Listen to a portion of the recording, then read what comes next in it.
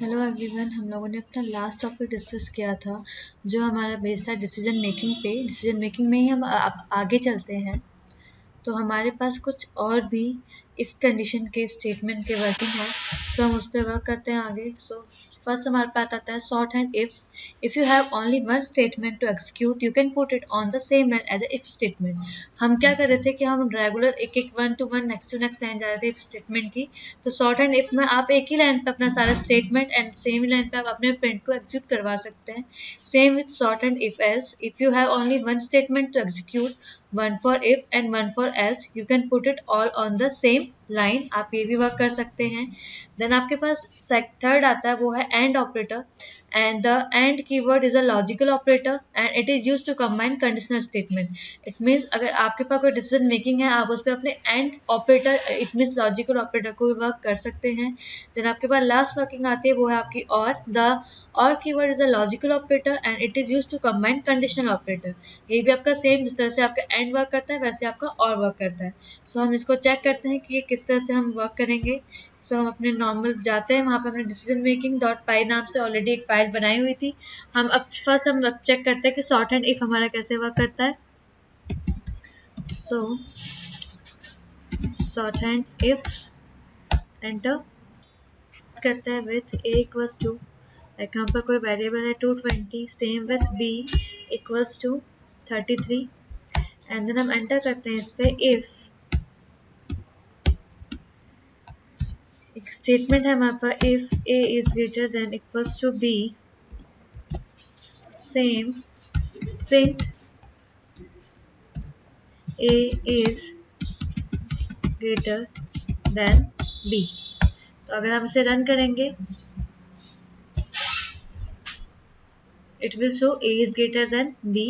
इसी तरह से हम इसमें वर्क करते हैं same with short hand if else. So enter करते हैं short hand if else. So उसके लिए हम यूज करेंगे a equals to 2, enter b equals to, let's say it will be a 330. So enter. I'm writing here print capital A if, मैं condition इसमें show कर रही हूँ, if A is greater than equals to B,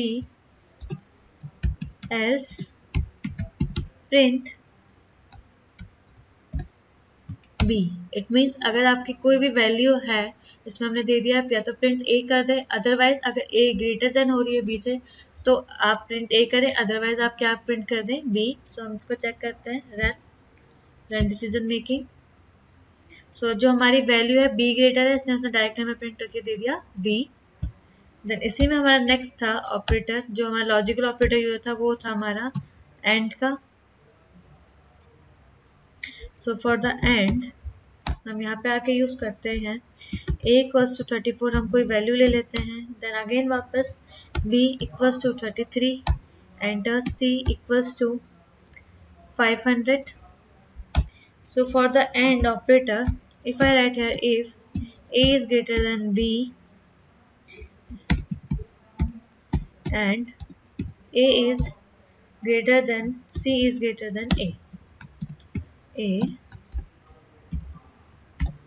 यहाँ पे लिख के हम इसी को एक लाइन पे लिख लेते हैं, print but both condition are true. So यहाँ पे चेक करना है a equals to 34, b equals to 33, c equals to 500, क्या वो सारी कंडीशंस इक्वल हैं। So then going to run and then run decision making. So both condition are true, a भी greater है and c भी greater है b से। So next इसी पे हम आते हैं अपने और। So for the or next enter, हम सेम तरीके से ये वेरिएबल्स ले लेते हैं a b c के लिए, and then enter here हम लोग यहाँ पे लिखते हैं if a is greater than b और A is greater than C, then print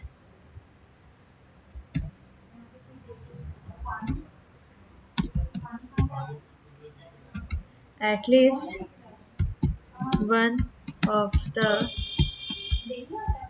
condition is true। आपकी कोई एक कंडीशन क्या हो इसमें सही होनी चाहिए, देन रन करेंगे एंड रन डिसीजन मेकिंग। सो अगर आपकी एक कंडीशन इसमें ट्रू होती है तो वर्क आपका कर जाएगा। So guys, this is all about the decision making.